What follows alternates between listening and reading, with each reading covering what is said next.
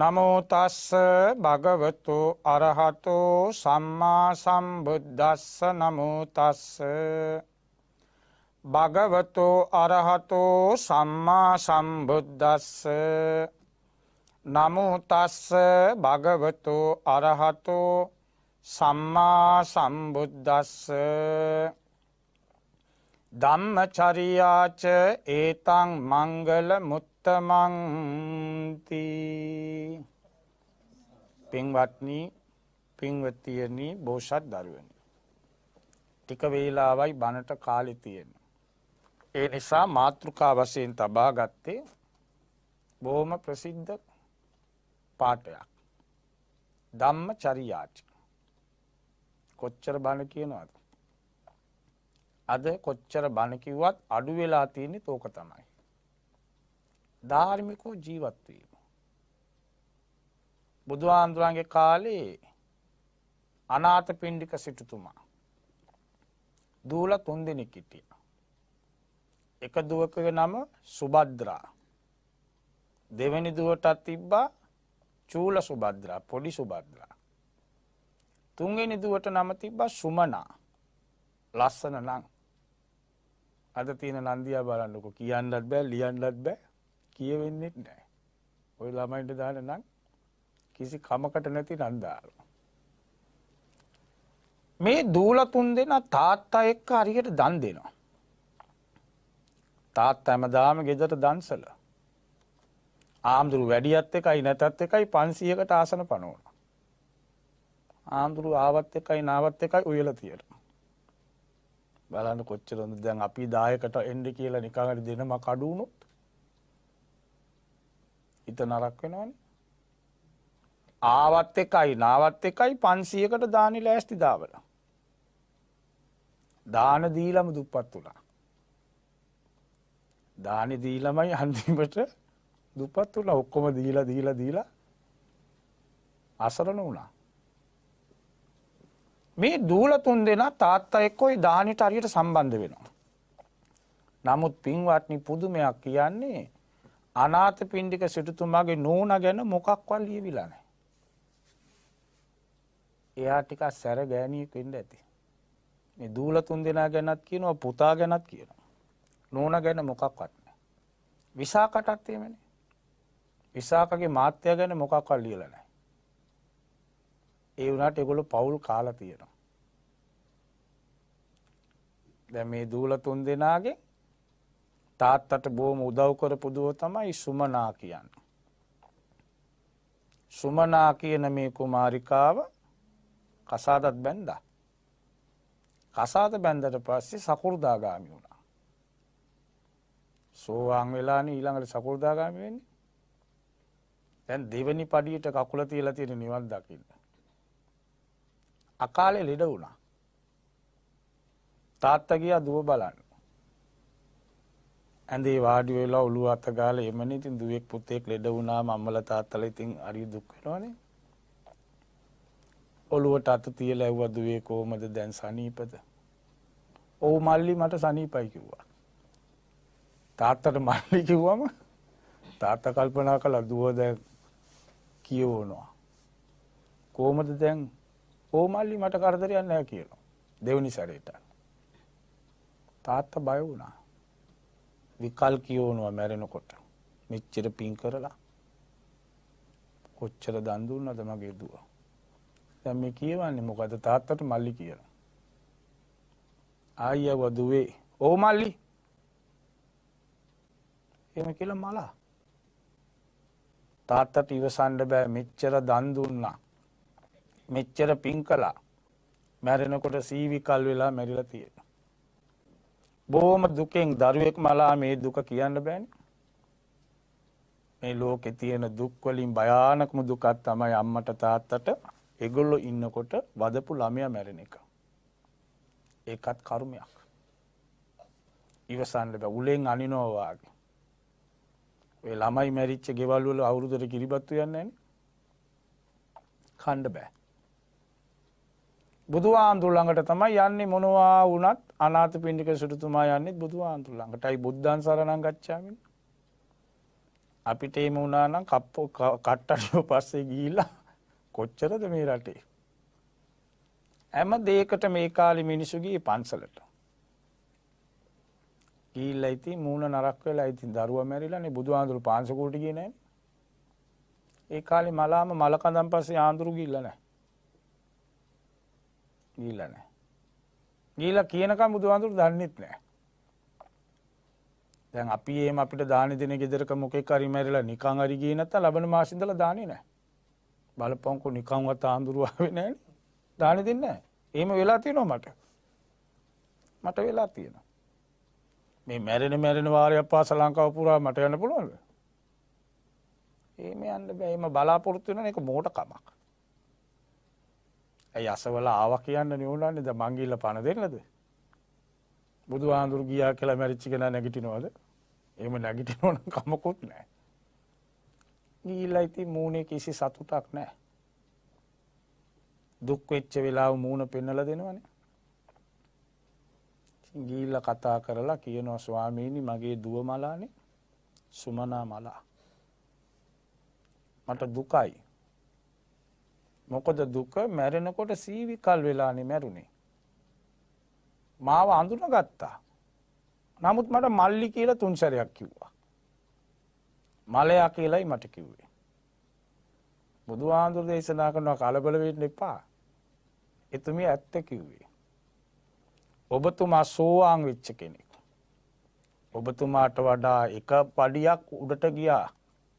දුව සකෘදාගාමි වුණාට පස්සේ සෝවාන් වෙච්ච කෙනා මල්ලි වාගේ. බාලයිනේ. එහෙම කියලා උස්ම ගිහිලා දැන් උන්න තව්තිසාවේ සැප විඳිනවා. එතකොට අත් දෙක නළලේ තියාගෙන සාදු සාදු සාදු කියලා රජුරු මේ සිටුතුමා හරියට සතුටු වුණා. ඔන්න උන්ද ජීවිතයක් ගත කළා නා. කාටවත් කරදරයක් නැති ජීවිතයක්. අම්මා තාත්තට සලකන ජීවිතයක්. අද ඒක ටිකක් මේ උගත්කම් නිසා දැන් හරියට ඉගෙනගෙන තියෙනවානේ. ඒකනේ ගවුමත් දැන් තනිසට උඩින් එන්නේ ඉගෙනගෙන වැඩි වෙලා. උගත්කම වැඩි වුණාම තමයි බඩ පෙන්නගෙන පාරේ යන්නේ. උගත්කම වැඩි වෙලා. බුද්ධිය නැහැ. බුද්ධිය තියෙනවනේ. ඇදිච්ච කම කියන්නේ බුද්ධිමත්කම. උගත්කම කියන්නේ මේ ඉංග්‍රීසි පන්නරේනේ. ඉංග්‍රීසි ක්‍රමයට යනවා. ඒ නිසා ඔක්කොම වෙනස් වුණා.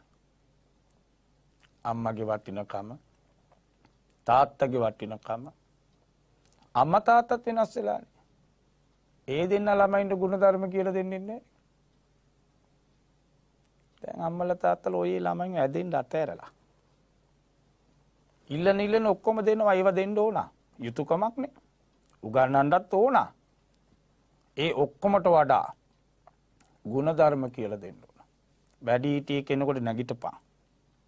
දැන් ඒක නෑනේ. වැඩි හිටියෙකුට ඇඟිල්ල දික් කරලා කතා කරනවා නම් අම්මා තාත්තටත් මේම කරනෝනේ දැන්. ආන්දරුවන්ටත් කරනවානේ. කොහොමද නැදිච්ච ගම? අප්පච්චිගේ මූණ බල්ල ඉස්සර කතා කළාද නෑනේ. අප්පච්චි මොනවකත් බේම්මයි ඉන්නේ. ඇදිච්ච කමේ. දැන් අම්මා වුණත් අප්පච්චිගේ ඉස්සර වාඩි වුණේ නෑනේ. ඒ ඇදිච්ච කාන්තාව. කුල කාන්තාව කියන්නේ ඒ අයට. ඔය බණ පොත්වලින් කුල කාන්තාව කියලා. කවදාවත් තාත්තගේ ළඟින් අම්මා වාඩි වෙන්නේ නැහැ. අම්මා හැමතිස්සෙම මේ පුටුව පිටිපස්සේ හිටගෙනයි ඉන්නේ. හිටගෙනම ඉන්නේ. අම්මා තාත්තට බයයිද නැහැ. අම්මා එකක් ගන්නොත් තාත්තා දෙකට කැඩෙයි. තාත්තට බයකට නෙමෙයි. ඇදිච්චකම. කුල ගෞරවේ රකින්නවා කියන්නේ ඒකට. කුල ගෞරවයක් තියෙන්න ඕන.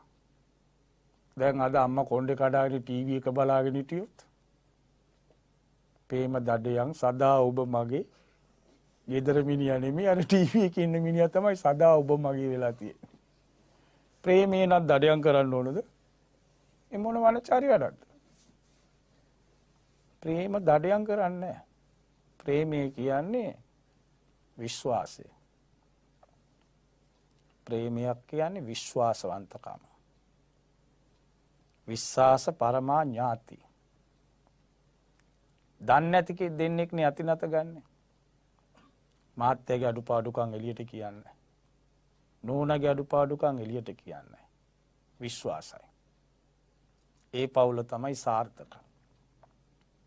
ගෙයක් තියෙනවා නම් දොරක් තියෙනවා. දොරවල් නැති ගෙවල් නැහැ. ඒ වගේම හැම පවුලකම ප්‍රශ්නයක් තියෙනවා. ප්‍රශ්න නැති පවුලට හැම පවුලකම මොකක් හරි ප්‍රශ්නයක් තියෙනවා.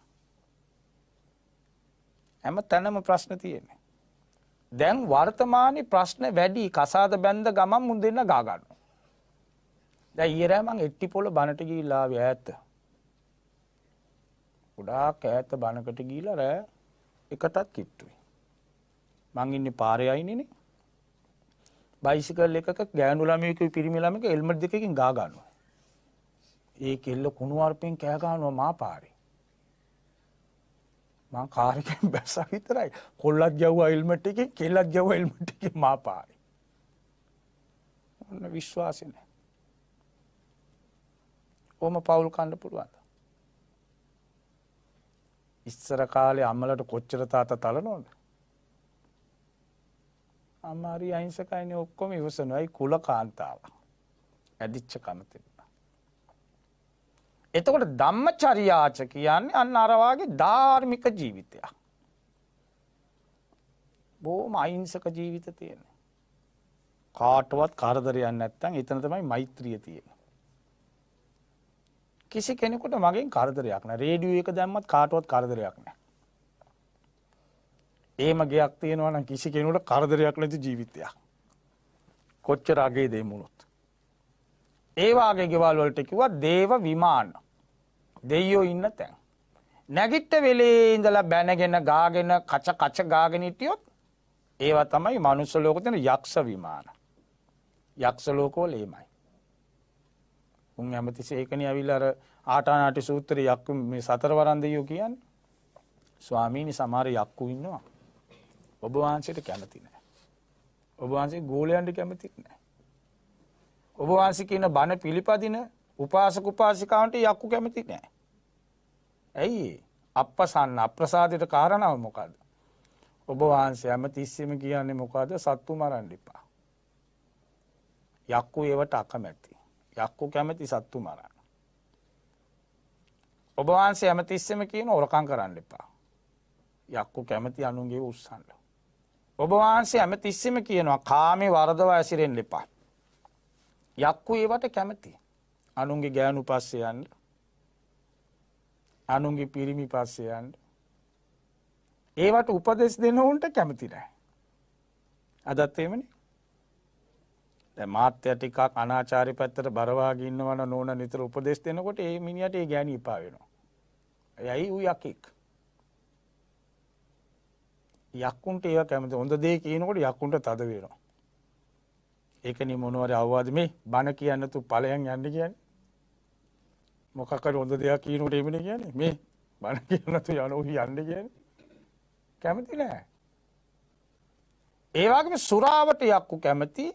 සුරාව එපා කියනකොට අකමැති.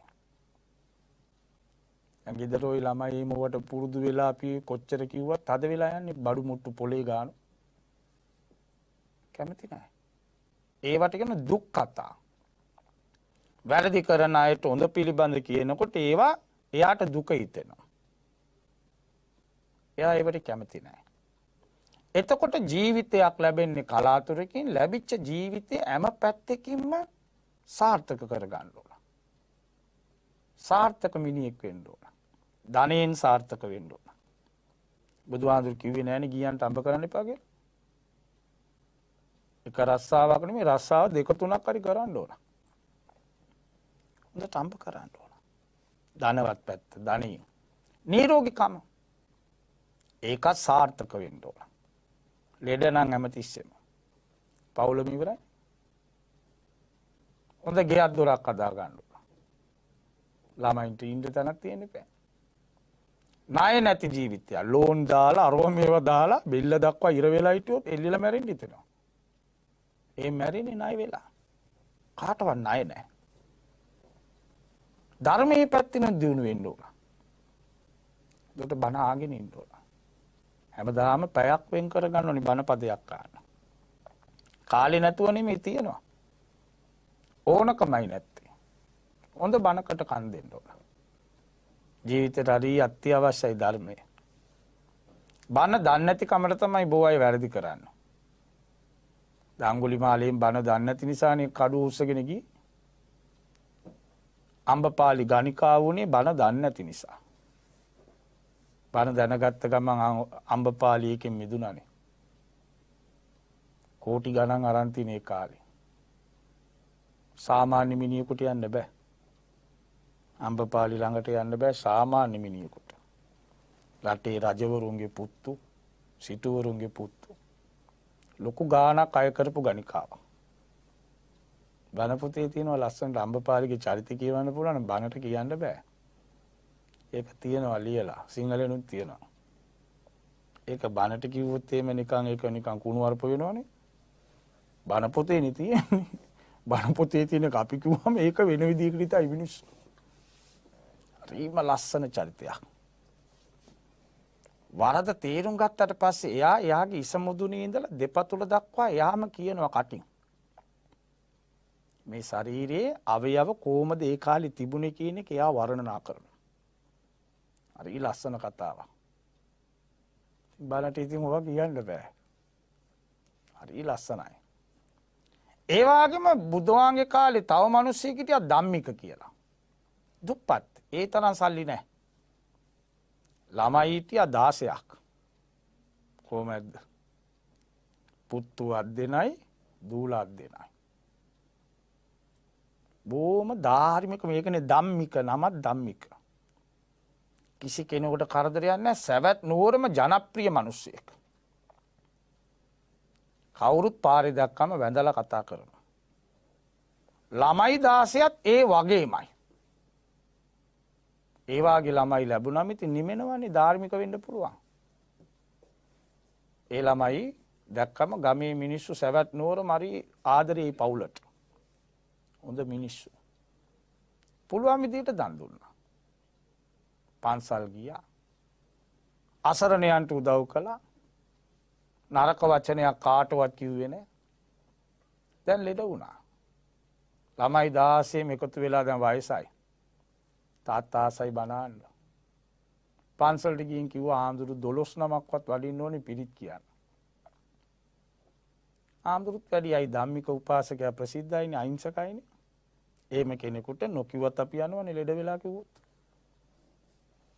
එහෙම කෙනෙක් ලෙඩ වුණා නම් ගුණවතෙක් සිල්වතෙක් ලෙඩ වුණා නම් ආම්දුකුළු නිකම්ම යනවා. එන්න කියන්න ඕනේ. මලක පැණි තියෙනවා නම් බඹරට වරින් කියන්න ඕනේ නැහැ. පැණි තියෙන මලට බඹරු නිකම්ම එනවා. ගුණයේ තියෙන තැනට ආම්දුරුණත් යනවා නිකම්ම. ඒ ගුණයට සලකලා ධනෙට නෙමෙයි.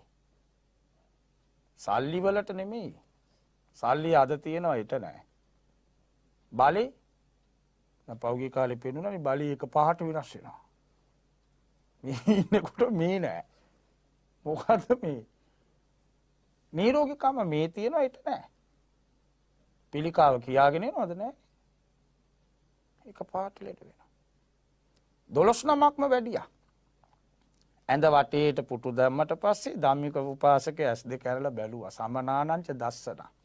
සංඝං සරණං ගච්ඡාමි. අනේ මාව බලන්න ඇවිල්ලා 12 නමක්. වටේටම වැන්දා. වැඳලා කිව්වා ස්වාමීනි මට නැගිටින්න නම් බෑ. ඉස්සර වාගේ නැගිටලා වාඩි වෙන්න බෑ. මම මේෙම ඉන්නම්. ආන්දුගලත් කිව්වා නෑ නෑ නැගිටින්න ඕනේ නෑ. ඔව් මේ ඉන්න අපි පිරිත් කියලා.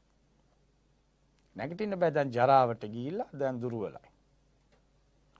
ඒ වෙලාවෙත් කියනවා බලන්නකෝ ආන්දරගොල්ලන්ට ස්වාමීනි මම ආසම සතිපට්ඨානෙට. මගේ ජීවිතේ මම වැඩිපුරම කියෙව්වේ වැඩිපුරම භාවනා කළේ සතිපට්ඨාන. කායේ කායානුපස්සී විහෙරති. වේදනානුපස්සී විහෙරති. චිත්තේ චිත්තානුපස්සී විහෙරති. ධම්මේසු ධම්මානුපස්සී විහෙරති. කය බල බලා මම ජීවත් වුණා. වේදනාව බල බල දැනුත් මං ඉන්නේ වේදනාව බල දැන් මගේ කොන්දරේ දෙනවා. බණ්ඩි කියතක් අරගෙන පපුව පළ මේ බඩ පළනවා වාගේ කකියනවා. කුළු ගෙඩියකින් ඔලුවට ගානවා වගේ ඉස රුදාවයි. අතපය කඩලා දාලා වගේ. හරි අමාරුවෙන් ඉන්නේ දැවිල්ලයි. ඒ නිසා මට ඔබ වහන්සේලා දැන් සතිපට්ඨාන කියන්නේ. ආම්දුගොල්ලොත් වටේට වාඩි වෙලා පටන් ගත්ත සතිපට්ඨාන. මෙයා හොඳට ආගෙන හිටිය ඇස් දෙක වාගෙන ආගෙන ඉන්නකොට මෙයාට පේනවා කරත්ත වාගයක් ගේ ඇතුළට ඇවිල්ලා. අද මිනිස්සු මේවා පිළිගන්නේ නැහැ. ඇයි පිළිගන්නේ නැත්තේ? ගුණවත්කම නැති නිසා. ශ්‍රද්ධාව නැති නිසා. එක එක කරත්ත වලින් අඬ ගන්නවා යන්න. ඒ වෙලාවේ මෙයා ඇස් දෙක වාගෙන හිටියේ මෙයා කෑ ගැව්වා නතර වෙන්න නතර කරන්න කියලා. ආම්දුගොල්ලෝ හිතුවා පිරිත් ඇති නතර කරන්න කිව්වා කියලා. ආම්දුගොල්ලෝ පිරිත නතර කළා ගියා යන්න පන්සලට. එහෙම කියලා ධම්මික උපාසක මහත්තයා මලා. දැන් පන්සලට ගිහිල්ලා බුදුහාඳුරන්ට ගින් කියනවා ආම්දුගොල්ලෝ අවසාරි වැඩේනේ. අච්චර සිල්වත් ගුණවත් මිනිස්සයා පිරිත් කිනකොට නතර කරන්න කිව්වනේ. අපි නැගිටලා ආවා කිව්වා. ඇයි ගිය ආම්දුගොල්ලෝ එක්කෙනෙක්ව රහත් වෙලා නැහැ. පුතුජන ආම්දුගොල්ලෝ ගියේ. බුදුහාඳුක නෑ. ගති නිමිති පාල වුණා. ගති නිමිත්ත කියන්නේ මැරිලා ඉපදෙන්නේ කොයිද කියන එක දකින්න පුළුවන්. ගති නිමිති කියන්නේ ඒකට. බොයිට එක පේනවා. බොයිට පේන්නේ නරක පැත්ත. ඒකනේ මල මුත්‍රා යන්නේ. බය වෙනවා. ගිනි ගොඩවල් අරෝමිය පේනුනම මල මුත්‍රා පෙරාගෙන කෑ ගාලා කෙඳිරි ගාලා දවස් දෙක අදිනවා. යන්නේ නැහැ උස්ම. ඔය සමහරු ඉන්නේ මාස ගණන් ඉන්නවනේ. මල කඳ වාගේ ඉන්නේ. යවා ගන්න බයයි. ඊළඟ තැන අල්ලන්න බයයි. නතර කරන්න කියලා කිව්වේ මෙන්න දිව්‍ය ලෝකවලින් දෙවියෝ ඇවිල්ලා එක්කන් යන්න. පිරිත් ඉවරනකන් ඉන්න කියලා වේ නතර වෙන්න කියලා තියෙන්නේ. පිරිට්ටි කාලා ඉන්න. පිරිට්ටි කාලා එනකන් ඉන්න කීප එක තමයි ආදුගොල්ලෝ වර්ධව හේතුව පිරිත නතර කරන්න කිව්වා කියලා. ඔය සමහර උස්ම යනකොට ඔය වනා කියයි එක එක ඒවා කියවන්නේ. එක එක જાති කියවනවා. මට මතකයි නායක ආඳුනමක් හිටියා රෑ එදා පොත් උනා. ඒ ආඳුර එකට විතර කිව්වා මේ කවුද ආව මාව එක්කන් යන්න ගිහින් බලන්න කියන්නේ කිව්වා. කවුරුත් දෙකමාරට ගේට්ටුත් වාලා දොරවලු තිබ්බ දාලා කවුරුත් නැහැ. උදේ අපොත් වෙලා. උදේ අපොත් උනා. ඒ ගති නිමිති. දැන් දියතලාවේ නායක ආඳුර අපොත් වෙනකොට දවල් 1:00 විතර ඇති. උන්වහන්සේ ජර්මනියේ හිටියේ. හරි උසමාත ආඳුර. දවල් දානිත් වළඳලා අවස බෙලි කටු තම්බල වළඳන්න ඕනේ කිව්වා. බෙලි ගෙඩියේ කට්ට. රත්තරන් පාටයි වතුර. හරි ලසයි. රත්තරන් පාටේ වතුර එක වේගී එකත් වළඳලා තමයි සැතපුනේ. අපි බෝධිය පැත්තේ හිටියා සීතලයිනේ. අර ලොකු කරපන්ටයින් ගහක් බරාස් ගාලා වැටුණා. ඒව ලේසියෙන් වැටෙන්නේ නැහැ. මා උස්ස ගස්නේ. එක පාරට පෙළෙනකොට මන් දුවගෙන ගියා ලොකුවන්ට කියන්නේ මේ ගහක් වැටුණා කියලා. අපොත් වෙලා. ඇඳේම. ඒ නිසා පින්වත්නි සමාරුන්ගේ මේ සිතිවිලි හොඳ නම් දුක් විඳින්නේ නැහැ. සනසිල්ලෙන් මැරෙන්න තියෙනවා නම් ඒක තරම් වටින වාසනාවක් තව ලෝකයේ ඇත්තේ නැහැ. කපල කොටලා මැවුම් දාලා මුත්‍රා බට ගාලා අරවා ගාලා මේවා ගාලා ඉන්න පුළුවන්ද? කටත් ඈත් කළා කට ඇතුලෙත් ගාලා නාය ඇතුලෙත් ගාලා කොච්චර දැන් පුංචි පොල් කෙන්දක් නායට නමුත් කොහමද? අපි අර පොඩි කාලේ සෙල්ලම් කරන්නේ බුදින් ඉන්නකොට මේ කෙන්දක් දාන්නේ නායට ගිහලා. මේ ලොකු බටයක් මෙහෙම දැම්මොත් ඔය බටෙන් නම් බීම ටික යන්නේ බඩට. දැන් බොන ටික ඉස්මොලේ ගියාම කොච්චර අමාරුද? ඔය කන මොනවල් බොනකොට කයින්නේ ඇස් වලින් කඳුළු වෙන්නේ. ඉතින් මේක බටයක් එහෙම උඩට දාලා තිබුණොත්. ඇයි ධර්මයෙන් පිටපැන්නම් වෙන විපාක. අපි මේව දකින්නවා ලෝකේ ඕන තරම්. අපි කොච්චර දැකලා තියෙනවද ලෙඩ්ඩු? අපි දැකලා ඒ වෙලාවට අනේ අපොයි පව් කියලා කියන එච්චරයි. හිතන්න ඕනේ මේම මට වුණොත්. මේම කවදාරි මට වුණොත් කොච්චර දුකක් වෙයිද? ඒකනේ ලෙඩෙක් කියන්නේ පෙර නිමිත්ත කියන්නේ. සිද්ධාර්ථ කුමාරයා කලකිරුනේ ලෙඩෙක් දැකලානේ. මේ නිරෝගීකම හැමදාම නැහැ. ශරීර සෞඛ්‍ය නිරෝගීකම හැමදාම නැහැ. ලෙඩ වෙනවා. ඒකනේ දුක්ඛාරිය සත්‍ය කිව්වේ. මේක දුකයි. තරුණ කාලේ ලෙඩක් නැති කාලේ ආංකාරකමෙන් මත් වෙනවා. ඔය ලෙඩු දැකලා අපි කියන්නේ සමහර ඔළුව විදිමිච්චුන් කියන ආපෝ මේක හැමදාම ලෙඩි. මම මොකේද මම බලපංකො මන්දියා මට කිසි ලෙඩක් නෑ කියන්නේ. ඒ ආංකාරකම. මේකට කියන්නේ මදය. මත් වෙලා. ඔය අරක්කු බීලා මත් වෙනවට වඩා ලොකු මත් වීමක් ඒක. ඒ නිසා අනුම පාගනවා. නින්දා කරනවා. ලෙඩෙක්ව දැක්කම සිතන්න ඕන මටත් මේක වෙනවා. කවදද කියලා කියන්න බෑ. මරණයක් දැක්කම හිතන්න ඕනේ මටත් මේම පෙට්ටියක් ඇතුලේ බුදිය ගන්න දවසක් එනවා. දැන් බලන්නකො මැරෙන ඇටි. දැන් අවුරුදු කාලේ නුවරඑළියේ පවුල පිටින් ගියේ මැරෙන්නද? නුවරඑළියේ ගිහිලා සීතලේ හොඳට කාලා බීලා නටලා එන්න ඇත්තේ. අසුව පැදලා බෝට්ටු පැදලා බලන්න කෙනකම මැරුණේ කොයිද මයංගණි හරිය මලා. මිනි පෙට්ටි 10 එක ගෙදරක පේලියට තිනු කොච්චර වේදනාවක්ද? එකම වලක් කපලා මිනි පෙට්ටි 10ම තිබ්බා. කොච්චර අපරාධයක්. ඔන්න මරණය. ඔය ටික අපිත් පාරේ හැමතිස්සෙම යනවා. බලංගු ටීවීල් වල යන අය මැරුන්නේ නැද්ද අපිලා? බයිසිකලේ යනකොට මැරුන්නේ නැද්ද? ලෝරියේ යන අය මැරුන්නේ නැද්ද? ප්ලේන් එකේ යන අය මැරුන්නේ නැද්ද? ප්ලේන් කඩාගෙන වැටුණා.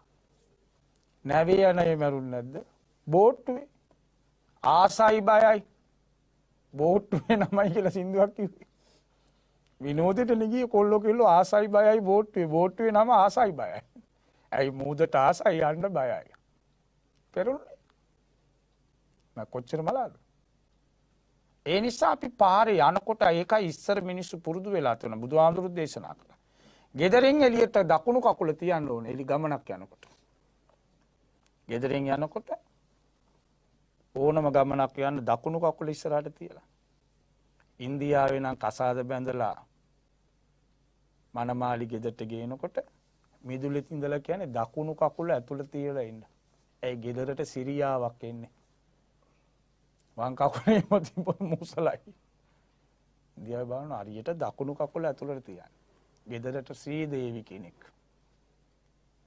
බුදුහාමුදුරු වඩින්නේ දකුණු කකුලයි ඉස්සරහට තියන්නේ. ඒක තමයි සුගතෝ කියලා කියන්නේ. සුන්දර ගමනක් තිබුණා. සෝබන ගමනක්. එතකොට අපි ගෙදරින් එළියට කකුල තියනකොටම හිතන්න ඕන මේ මගේ අන්තිම ගමන වෙන්න පුළුවන්. මම කොච්චර පාරේ අයිනේ ගියත් කොයි හරි අනේකෙක් මාව යට කරයි. කොයි වෙන්නේ? අර වෙන එකෙකුට තිබිච්ච වෙඩි පාරනේ අර චූටි ළමයට වැදිලා මැරුණේ. පෞගේ කාලේ පාතාලකාරයෝ වෙඩි තියාගෙන කොච්චර වේදනාවක් ඇද්ද යම්ම සෙල්ලම් කර කර වීටපු ළමයට වැදුනා. කියන්න බෑ. දැන් පාකිස්තානි බස් එකේ යනුන් ඔක්කොම අරන් කන්දක් උට ගෙනලා අත් දෙක ගැට ගාලා උන්ට වෙඩි තියලා. ඒ මිනිස්සු නෑ ගන්න යන්නේ නැති බස් එකේ. වෙන දේවල්. රැට නිදා ගන්න කලින් කොට්ටේ උඩට ඔළුව තියන්න ඕනේ මේ මගේ අන්තිම නිින්ද වෙන්න පුළුවන්. නාරි පිපිරෙන්නත් පුළුවන්. සතෙක් දෂ්ට කරන්නත් පුළුවන්. උස්මීර වෙන්නත් පුළුවන්. කවුද දන්නේ? ඒවා හිතා ගන්න බෑ. ඒ නිසා මරණය ඒකාන්තයි කියලා හිතාගෙන ජීවත් වෙන්න සුළු කාලයක්. දැන් 80ක් හිටියොත් 40ක් නිදිනේ අපි. 40ක් නෙමෙයි මං හිතන්නේ දැන් නම් 65ක් විතර නිදි. දැන් අද වැඩ කරන්නේ කොහොමද මේ කම් නිදිනේ. කොතන බැලුවා නිදි කිරනවා. ඒකෙනුත් බලන්න ඉතින් පුංචි කාලේ දන ගාලා බඩ ගාලා ඇවිදලා නැගිටිනකොට එතනටත් අවුරුදු 10ක් 15ක් ගිහිල්ලා. ඊගෙනගෙන ඕ ලෙවල් කරනකොට 20ක් විතර ගිහිල්ලා. කසාද බැඳලා ඊට පස්සේ ළමයින්ගෙන් ගුටි කනකොට එතනත් 10ක් විතර ගිහිල්ලා. ගෑණිගෙන් ගුටි කාලා ඉවරයි. බැලී නම් ජීවිතේ මොකක්වත් නැහැ. ලුණු ගෙඩිය වාගේ. ලුණු ගෙඩිය ගලවගෙන අතේ ලුණු නැහැ. ඇඟිල්ලක නායට කිට්ටු කළොත් ගඳ තියෙනවා. අන්තිමට අපේ ජීවිතේත් ඒම අන්තිමට මොකක්වත් නැහැ. ඉස් ජීවිතයක්. ඒ නිසා ලබාපු මනුස්සාත්මේ තේරුම් ගන්න ඕනේ මම මිනිස්සෙක්. තිරිසනෙක් නෙමෙයි. දැන් තිරිසන් ලෝකෙදී බලන්න උන් එදා ඉඳලා එකම දෙන්නේ. දැන් උන් අලුත් අවුරුද්දාව කියලා අලියේම තෙල් ගෑවද නැගතර කිරිබත් කෑවේ නැහැ. ලිපේම පත්තු කළේ නැහැනේ. අලිව බල්ලෝ වරුමුන් කළේ නැවවා. උන්ගේ වැඩේ බුදියනවා, දුවනවා, කනවා. කොච්චරයි. මිනිස්සුන්ගේ සිතිවිලි නැවුම් වෙන්න ඕන. අලුත් වෙන්න ඕන. වැරදෙනවා. වරද සකස ගන්න ඕන. දැන් බලන්න ගෙවල් ඇදුවට පස්සේ ওই ගෙවල් වල අවුරුද්දක් යනකොට ගෙදර තීන්ත පිච්චිලා. අපි මොකද කරන්නේ? සල්ලි දීලා තීන්ත ගෙනලා ගානවා. ඇයි ඒ? ලස්සන කරගන්නවා. ඒ වගේ මේ සිතටත් අවුරුද්දකට සැරයක්වත් තීන්ත පාරක් ගන්න ඕන. මේක එළියට අරන් පැන්ටලයිට් අරමියව ගන්න බෑ. මේක සුද්ධ කරන්න ඕන. දැන් බලන්න ඇඳගෙන ඉන්න ඇඳුම අපි සෝදන්නේ. සෝදනවනේ ඇඳුම්. බැරිය ඔක මැරෙනකන් එකක් මැදන් ඉන්න. බෑ ඒක ගඳ ගන්නවා. සෝදන. කොච්චර සබන් දාලා සෝද රෙදි කන්දරාව සෝදනවා. අඩුම තරමේ දවසට ඇඟවත් හොදනෝනේ. ඇයි මේක නෝදාන්න තු ඉන්න පුළුවන්. බෑ. දත් ටික මැද්දේ නැත්තම් දවස් දෙකක් කටේ තියාගන්න බෑ මූණේ. ගඳයි. අන්න ඒ වාගේ මේ සිතත් පල් වෙනවා. මේ සිත බලන්නයි බුදුහාඳුරු බණ කිව්වේ. රූපේ බලන්න එපා. රූපේ වැඩක් නෑ. දිරනවා. ඊටි රූප වාගේ හිටපු අය නාකි වෙනකොට අපිම කියන්නේ ඒ කාලේ කොහොම හිටියද? දැන් බලපංකෝ කියන්නේ. ඉස්සර මෙයා කොච්චර ලස්සනට හිටියද? ඔය පින්තූරේම අරන් බලන පුංචි කාලේ පින්තූරේ අපි කොච්චර ලස්සනද? දැන් එක බැලුවා අරුද කියලා හිතනවා මේ. ඕක අඳුන ගන්න බෑ. මෙයාද කියලා නෝ අර පොඩි කාලේ. අපි කියන්නේ මමයි මේ පොඩි කාලේ බොරු කියන්න එපා කියනවා. මේක වෙනස් වෙනවා. එතකොට මේ මනස පරිස්සම් කරගන්න කියලා කිව්වා. දැන් අපි සල්ලියේම බැංකුවේ දාන්න. දැන් CC කැමරා අරන් තින්නේ මොකටද? ගෙවල් වල තියෙන බඩු මුට්ටු පරිස්සම් කරන්න. සමහර ඉබ්බ දාලා ඇදලත් බලනවා. මගට ගිහිල්ලා ආයෙ එනවා දොර වැව්වද දන්නේ නැහැ බං කියලා. කුච්චි අල්මාරියටත් ඉබ්බ දාලා, කාමර වලටත් ඉබ්බ දාලා, টয়ලට් එකටත් ඉබ්බ දාලා, කුස්සියටත් ඉබ්බ දාලා, ජනේල් වලටත් ඉබ්බ දාලා, ගෙදර දොරටත් ඉබ්බ දාලා, ගේට්ටුවටත් ඉබ්බ දාලා. සමහරුන්ගේ අතේ තියෙනවා යතුරු ඒකෙන් ගියවොත් ඔළුව පැලෙනවා. යකට ගොඩක් ඉන්නේ කාගෙන ඉන්නේ. ඇයි? පරිස්සම් කරා. කො අරන් යන්න පුළුවන්ද මොකක් හරි? කොච්චර පරිස්සම් කළත් හොරකම් කරන උන් අපිට වඩා දක්ෂයි. උන් වවුසන. ගිනි ගත්තොත් දැන් බලන්න ප්‍රංශි පල්ලියේ ගිනි ගත්ත ඇති. පුදුම පල්ලියක් නේ ඒක බලන්න එන මිනිස්සු. ඉවරයි. අවුරුදු 800ක 900ක ඉතිහාසයක්. ගම් වතුර. දැන් අපේ කොළොන්නාවේ පැත්තේ ගම් වතුර ආවේ. බුදුහාමී මා තට්ටු තුනේ ගෙදර දක්වා ගම් වතුර. මිනිස්සුන්ගේ ඔක්කොම ටික ගියා. කුණු කන්ද. එතන ලස්සන ටයිල් කරලා AC කරපු ගෙවලුත් තිබුණා. කුණු කන්දක් වැටුණා ඒම් පිටින්. සුනාමි. රේල් පාරත් අඹරගෙන ගියේ. මොන ඉබ්බ දැම්මත් මොන විදියෙ ලොක් කළත් ඕවා රකින්න බෑ. ඇයි? මගේ නෙමෙයි. ඒකක්වත් මගේ නෙමෙයි. తాවකාලිකයි. తాවකාලික සතුටක් දෙනවා ඒවා. එතකොට හොඳට පරිස්සම් කරන රැක ගන්න කිව්වේ මේ සිතයි මේ සිත යනවා. යන්නෙම වැරදි පැත්තට. දැන් කසාද බැඳලා නෝනා ඉන්නවා. පාරේ හරි කොහේ හරි කාර්යාලේ හරි යනකොට තව ගෑනු කෙනෙක්ව දැක්කා. හිත යනවා. හිත යනවා. වලක්ක යන්නේ ඒක ඒ වෙලාවේ තමයි අල්ලගන්නේ නෑ මේක වැරදි. අන්න ගිහිල්ලා බැඳලත් නැහැ කියලා ඒ ගෑනිත් එක්ක ජොයින්ට් වුණොත් එහෙම වෙලා නැත්නම් මේ රටේ. අර පවුලත් ඉවරයි මේ පවුලත් ඉවරයි. අන්තිමට එකක් පිස්සෙක් වෙනවා. පිස්සෙක් වෙනවා. අන්න ඒ වෙලාවෙ ඉත අල්ල ගන්න නෑ. ඔන්න ඉබ්බ දානවා. යන්න දෙන්නේ. CC කැමරා එකක් තියා ගන්නවා ඉතේ. රූපේ දැක්ක ලස්සනයි. ලස්සන වුණාට මට ගෙදර නෝනා කෙනෙක් ඉන්න යත් ලස්සනයි. මේක වැඩ ගෙදර කෙනෙක් ඉන්නවා. ඔන්න කැමරාවෙන් බැලුවා. පවුල සාර්ථකයි. වරකම් කරන් හිටිනවා කැමරාවෙන් බලනවා. මේක අවුනොත් පටිගත වෙනවනේ කොහෙන් හරි මේක අවුනොත් මං ඉවරයි. ඒ නිසා කොහොම තිබිච්චාවේ මං යනවා. වරකම් කරන්නේ. බොරු කියන්නේ ඕයිපා මෙතන මේක කියලා පස්සේ නැති ප්‍රශ්න. ළමයි තියාගෙන අනුන්ගේ දොස් කතා කරන්න හොඳ නැහැ මේ පොඩි උන් තියාගෙන. ඒවා ළමයි පුරුදු වෙනවා. ළමයි ගිහිල්ලා කියනවා කොහාට හරි. තාත්තා මෙහෙම කළා අම්මා මෙහෙම කිව්වා. එතකොට යන්න විනාශයක්. අන්න සිත පරිස්සම් කරනවා. ඒ නිසා මේ ලෝකේ තියෙන්නේ ඔක්කොම ආසාව. අපි ඔක්කොම ආසාවෙන් බැඳිලා ඉන්නේ. හැම දෙයකම ආසයි. බලන්නකො කඩේට ගිහලා ගන්න බඩු ගන්නවා. ඇයි හැම දෙයකම ආසයි. කොච්චර ගත්තත් මදි. අවුරුදු කාලෙම ගිහලා බලන්න ඒක මුදලාලි කෙනේ අනේ ආඳුනේ මන් දන්නේ එකක් ගන්නවා තව එකක් බල ඒක දාලා අරක ගන්නවා ඒක ගන්නවා තව එකක් දැම්ම අරක ගන්නවා බැලන ඌට ඔක්කොම හොඳයි. තෝරගන්න විදියක් නෑ මේකටම ආසයි. පැයක් උතර යනෝනේ මේ සමහර පිරිමියයි කැමති නැනේ මේ ගෑනු එක shopping යන්නේ. ඇයි කඩවල් ගානේ ගිහිල්ලා දවසම ඉවරයිලු ඇඳුම් ගන්න ගිහිල්ලා. පිරිස කැමති නැහැ. දැන් ඕක කේබල් කරලා ඇයි හැම එකටම ආසයි. තණ්හා දාස. අපි නන්දානේ ප්‍රේම දාස, ගුණ දාස කියලා මේ ලෝකේ ඔක්කොම අල්ලටම දාන නම නම් එක නමක් පාවිච්චි කරන හැම එකම තණ්හා දාස. තණ්හාවටමයි වාල් වෙලා තියෙනවා. කොච්චර ගත්තත් මදි. කවුරු හරි ඇති කියනවද? කොච්චර ගත්තත් කොච්චර ගෙදර ගෙනල්ලා දුන්නත් මදි. මූද පිරෙන්නේ නැහනේ කොච්චර වතුර ගියත් ගඟේ. ඒ වාගේ සිත තෘප්තිමත් වෙන්නේ නැහැ. ඒ නිසා හැමතිස්සෙම අපි ඉන්නේ අසතුටින්. සන්තුට්ටි පරමන්දන. සතුටින් ඉන්න පුළුවන් නම් යා ධනවතෙක්. පෙජරෝන නැහැ. AC ඕනත් නැහැ. බලන්නකො සමහර පේමන්ට් එක හොඳට බුදීගෙන ඉන්නේ. ඔළුවට මේ මත තියාගත්තා කාර් යනවා වෑන් යනවා දූවිලි ඌට කිසිද යන ඌ ගොරවනවා.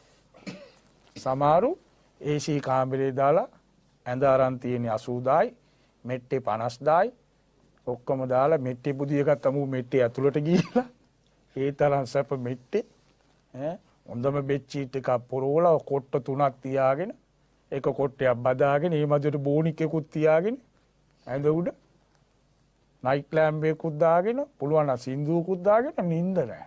ඒට පෙල්ලෙනවා මේට පෙල්ලෙනවා කට ඇරෙනවා. වැඩක් තියෙනවද 80 ඇඳේ?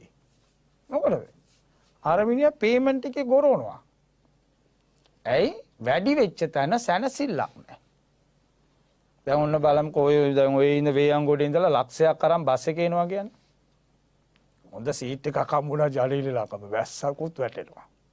ට්‍රැෆික් හොඳටම. ලක්ෂයක් අතේ තියෙනවා. නිින්ද යයිද? නිින්ද යන්නේ කවුරු නිදාගනීද? මේව අල්ලගෙනම තමයි යන්නේ.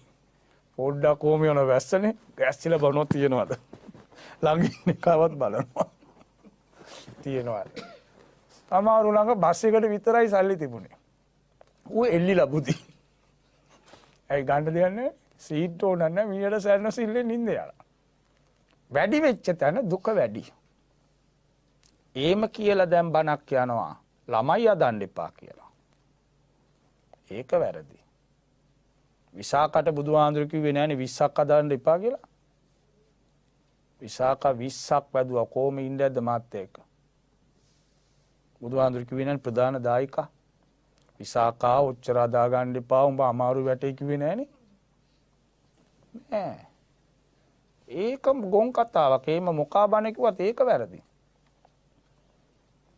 පොළවට ගස් බර නැහැ, ගසට වැල බර නැහැ, වැලට ගෙඩි බර නැහැ. ඒ වාගේ අම්මට දරුවෝ බර නැහැ. දරුවෝ වැඩි වුණාට කමන්නේ. ඇයි පුත්තාවත්තු මනුස්සාන.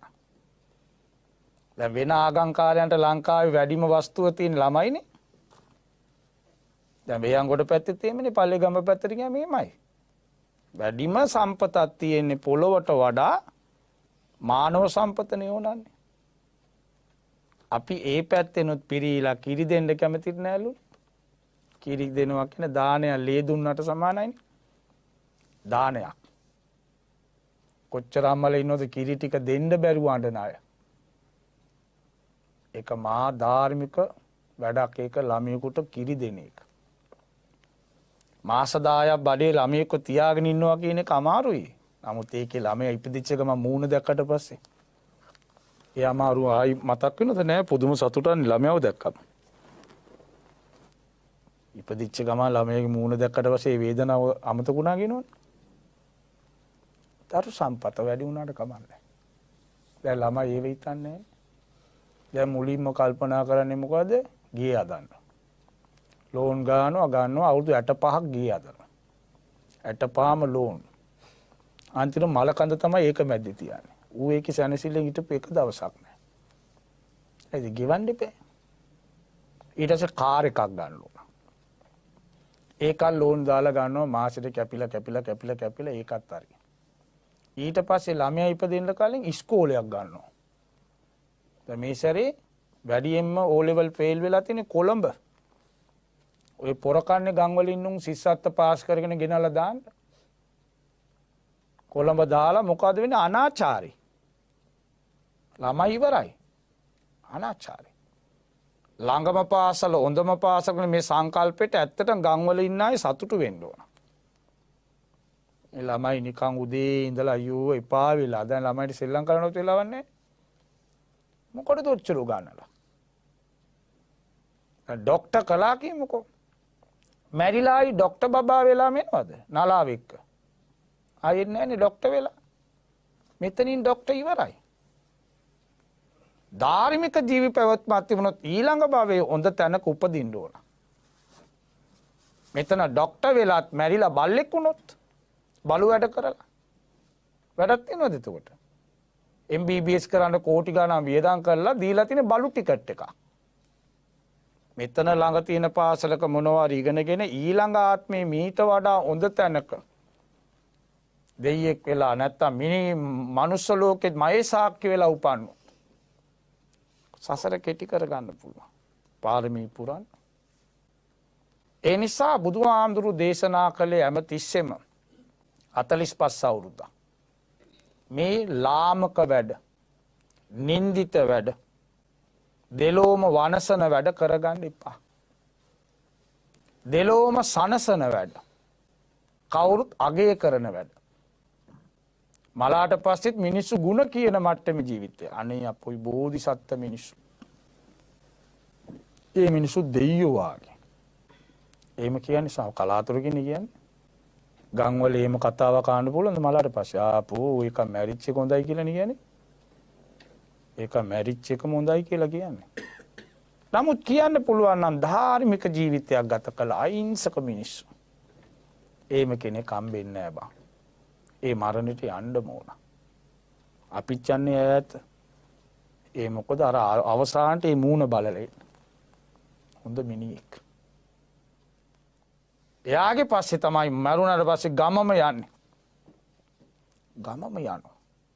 අවසන් ගමනට යනවා. ඒ නිසා ධම්මචර්යාච ඒතං මංගල මුත්තමං මංගලයක්. අධාර්මිකෝ ජීවත් වෙන එක 365 දවසේ මේ ගෙදර අවමංගල. ඇඬු කඳුලෙන්නේ. මිනිහා හොඳ නැත්තම් කුස්සියේ ගෑනු කෙනා පිගන් පොළවේ ගගා අඬනවා. මලගේ වගේ ළමයි නොමග ගියාන බෝධිය වටේ කැරකි තඬන එකනේ කරන්නේ. අවමගුල් හැමදාම අඬනවා. නෝනා නොමග ගිහිල්ලා නම් ඒ මිනිහා බාර් එකේ බිබී ඌ අඬනවා බල්ලා බදාගෙන. හවුල් අවමංගල තැනනේ අඬන්නේ. ධාර්මිකව නම් එතන මංගල සතුටුයි. ලුණුයි බතුයි කෑවත් සතුටුයි. සනසිල්ලයි. ඒ නිසා අද වේයන්ගොඩ කීනවල වත්තේ අංක 118න් 2 ලිපිනේ පදිංචි නීතා පණ්ඩිතරත්න සහ ඇයගේ උපන්දිනයේ යෙදලා තියෙන 19/8/24 වෙනිදාට ඒ උපන්දිනයේ මුල් කරගෙන තමයි දූ දරුවෝ ඥාතීත මිත්‍රාදීන් බන්ධනාගාරයේ නිලධාරි පිරිස අසල්වැසියෝ කවුරුත් ඒකරාශි වෙලා නීතා පණ්ඩිතරත්න මෑණියන්ට ආශිර්වාද කරනවා. එතුමිය ඉතින් උපන්දිනය කියලා බණක් කියනවා නම් එතුමිය ගැන එතුමියට සතුටක් හිතෙන්න එපා. නැත්තම් බණක් කියයිද? නෑ. මං ආපු ගමන මට සතුටුයි. ඒ නිසා තමයි මේ නාලිකාවක බණක් කියන්නේ. මෙතන සතුටු වෙන්න බැරි නම් ඇඬු කඳුලෙන්නේ මොන බනද බං කියලා කියන්නේ. ජීවිතේ වැඩක් නැහැ කියලා. ඒ නිසා එතුමියට තව ඉදිරියටත් දිගු කලක් නිදුක් නිරෝගීව කටයුතු කරන්න යෝධ බල යෝධ ශක්තිය ලැබේවා තුනුරුවන්ගේ ආශිර්වාදයෙන් මේ උපන්දිනයත් වාසනාවන්ත උපන්දිනයක් වේවා කියලා සාදු කියමු. මියගිය සියලුම ඥාති පිරිසට සහ ත්‍රිවිධ හමුදාවේ මියගිය සැමටත් එස්.එම්. කරුණාරත්න මහතා 2018 4.25 වෙනිදා එතුමාගේ මරණය වෙලා වසරක් සම්පූර්ණ වෙනවා. ඒ නිසා එතුමා ප්‍රමුඛ කුලපරපුරේ මියගිය ආච්චිලා සීයලා ඇතුළු අපිට උගන්වපු ගුරුවරු අපේ මිත්‍රයෝ කල්යාණ මිත්‍රයෝ අපිත් එක්ක දුකේදී සැපේදී ඉඳලා මියගිය කවුරු හරි පින් ගන්නවා නම් ඒ සෑම දෙනාටත් අපවත් වී වදාළ දරණගම කුසල ධම්ම ස්වාමීන්ද්‍රයන් වහන්සේ ප්‍රදාන පූජනීය සංඝ පිරිසටත් උතුම් නිවන් සුව ලැබේවා කියලා සාදු කියනවා. දෙවියෝ මේ පින් දක සතුටු වේවා. නීතා පණ්ඩිතරත්න මහත්මිය ප්‍රදාන පවුලේ ලොකු කුඩා සෑම දෙනාත් අද සා සම්බන්ධ වෙච්ච සියලු දෙනා දෙවියෝ රැක දේවා. දේවාශිර්වාදයෙන් ඔබ සෑම දෙනාට ආයු වර්ණ සැප බල පඤ්ඤා සම්පත් ලැබිලා මෝඩකම් නොකර බුද්ධිමත්ව ධම්මචර්යාච අදින් අද ඉඳලා මම ධාර්මිකව ජීවත් වෙනවා කියලා අදිෂ්ඨානය ඇති කරගෙන ඒ සඳහා කටයුතු කරන්න යෝධ බල යෝධ ශක්තිය ලැබේවා. බෞද්ධ නාලිකාවේ සේවය කරන තරුණ පිරිසටත් අපේ විහාරාධිපතින් වහන්සේ ප්‍රමුඛ සියලු දෙනාට සිත සාන්තිය සැනසෙල්ල උදා වේවා. අපටත් මියගිය ඇත්තන්ටත් සියලුම දෙනාට මෙලව ජයගෙන පරලොව ජයගෙන සසර ජයගෙන කෙලෙස් ජයගෙන මායя ජයගෙන බුදුහාමුදුරු සැපයි සැපයි සැපයි කියලා දේශනා කරපු අමාමා නිවන් සෝයම ලැබේවා කියලා පින් දෙමු.